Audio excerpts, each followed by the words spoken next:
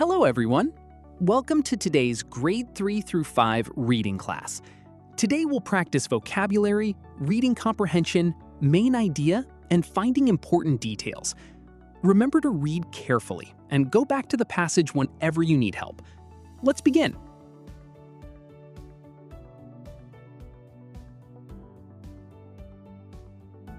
First, we'll practice vocabulary in context.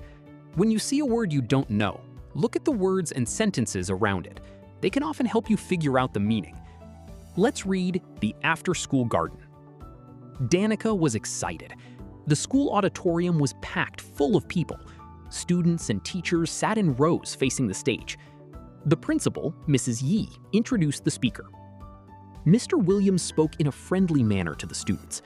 He said that students would grow vegetables on the school property. It was a piece of land next to the playground. The gardeners would gain knowledge about how to take care of plants. This was a great opportunity for students to enjoy themselves, learn about plants, and grow some delicious fresh vegetables to bring home. The quality would be very high. Danica went home to her family's apartment in the building on Worth Street. She had an agreement for her parents to sign. This piece of paper said they would let Danica work on the garden after school. They were happy to sign the agreement. Signing it wasn't an issue or hard decision for them. Seeing all the students outside on their knees in the garden was a spectacle to behold, a truly remarkable sight.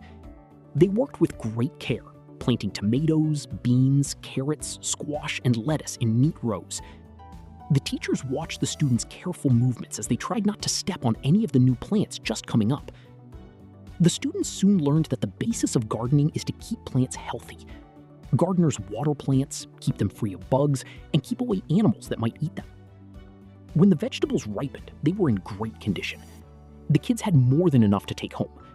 They set up a stand at the local fire station to sell the extra vegetables. Now complete the vocabulary matching activity. Go back to the passage when you need help. Look at how each vocabulary word is used in the sentence, and then choose the meaning that fits best. Pause the video if you need more time. For this reading, practice checking your understanding as you go. If something doesn't make sense the first time, slow down and reread it. Let's read. The Arctic Ocean. Introduction. The Arctic Ocean is the smallest and coldest ocean in the world. It stretches from the North Pole to Asia, Europe, and North America. The Arctic Ocean is mostly covered in sea ice all year. It is home to penguins, walruses, polar bears, and whales. Because the ocean is so cold, few plants and animals can live there. Size and temperature. The Arctic Ocean covers 5.4 million square miles. It is smaller than all other oceans. It is also the shallowest ocean. The temperature of the Arctic Ocean stays around 32 degrees Fahrenheit, 0 degrees Celsius. The large amount of sea ice in the ocean stops its temperature from changing too much. However, much of the ice in the Arctic Ocean is melting because of global warming. Now answer the questions. For questions about the main idea, think about what the entire passage is mostly about.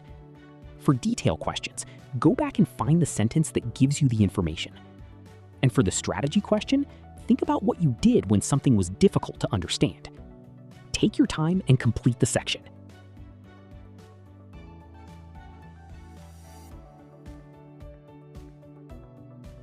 Now let's read the Doomsday Vault.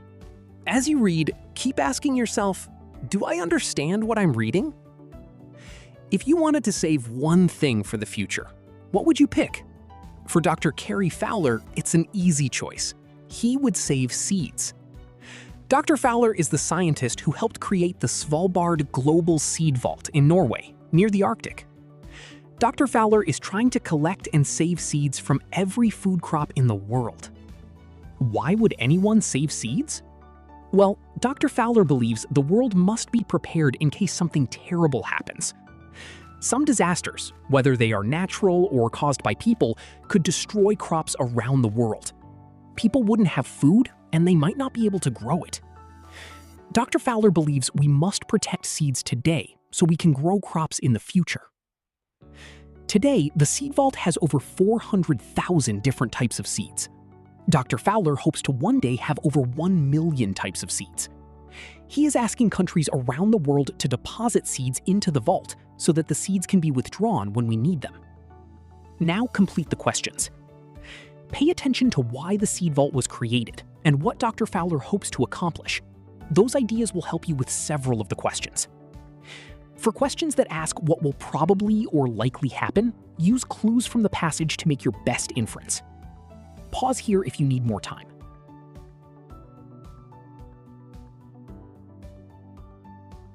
Next, we're reading about Mount Rushmore. As you read, pay attention to important names, numbers, and events. Let's begin. Mount Rushmore. Mount Rushmore is the largest work of art in the world. In South Dakota, there is a huge rock sculpture on a mountain cliff. It is called Mount Rushmore. The sculpture has the faces of 4 presidents on it. The presidents are George Washington, Thomas Jefferson, Theodore Roosevelt, and Abraham Lincoln. An artist named Gutzon Borglum designed this art sculpture. First, he made a small model of it. Then he planned how to carve the mountain. In 1927, Gutzon Borglum began work on the mountain. Many people helped him. The workers built stairs to the top of the rock cliff. They built a tram to carry tools up the mountain. They made frames to hold workers. During the next 14 years, workers carved the sculpture. Over 400 men worked on Mount Rushmore. They blasted the rock with dynamite. Drills dug into the rock. Hammers tapped and tapped. On October 31st, 1941, the sculpture was done. The 4 faces look out of the rock cliff. Each president's face is 60 feet, or 18 meters, tall. Mount Rushmore is the largest work of art on Earth. Gutzon Borglum never got to see the finished sculpture. He died less than a year before it was done. His son helped finish the job. Gutzon Borglum would be proud to know that Mount Rushmore is now a national memorial. Now complete the questions on the right. Most of these answers can be found directly in the passage, so go back and look for the exact detail you need. For the bonus question, use information from the passage to explain why Mount Rushmore became so famous.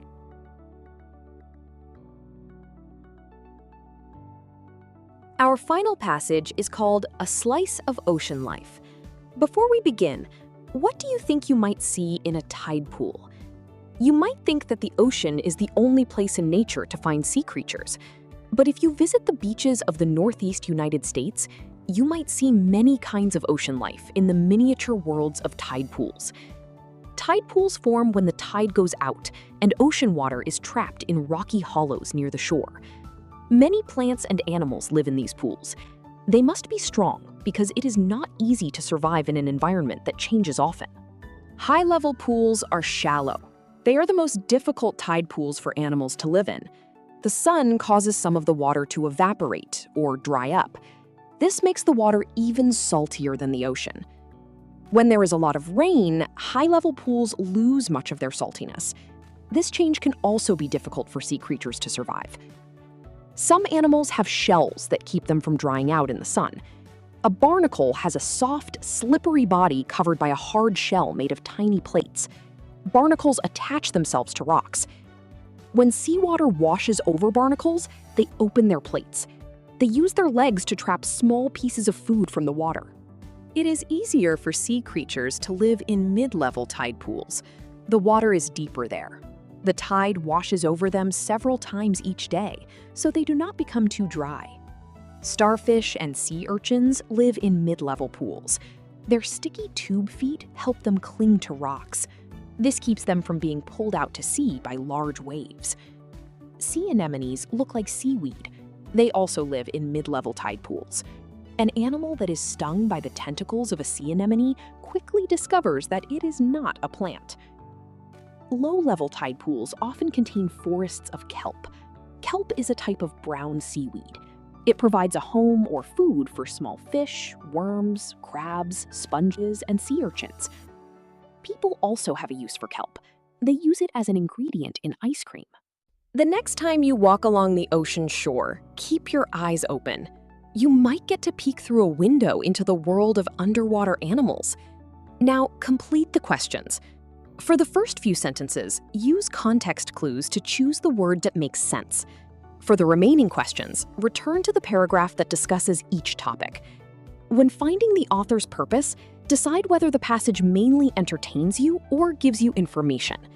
For a main idea question, ask what the entire paragraph teaches, not just one small detail. The final question asks about your own experience or imagination, so there may be more than one good response. Answer it in complete sentences.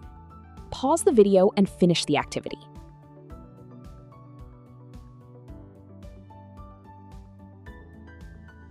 All right, now it's time to check your work. Use the answers on the screen to check each section. If you missed a question, don't just change your answer. Go back to the passage and see if you can find the clue that leads to the correct answer. For the written response questions, your wording may be different from the sample answer, and that's okay, as long as your answer matches the information in the passage. Great work today. Remember, good readers slow down, reread when necessary, and use evidence from the text. I'll see you in the next class.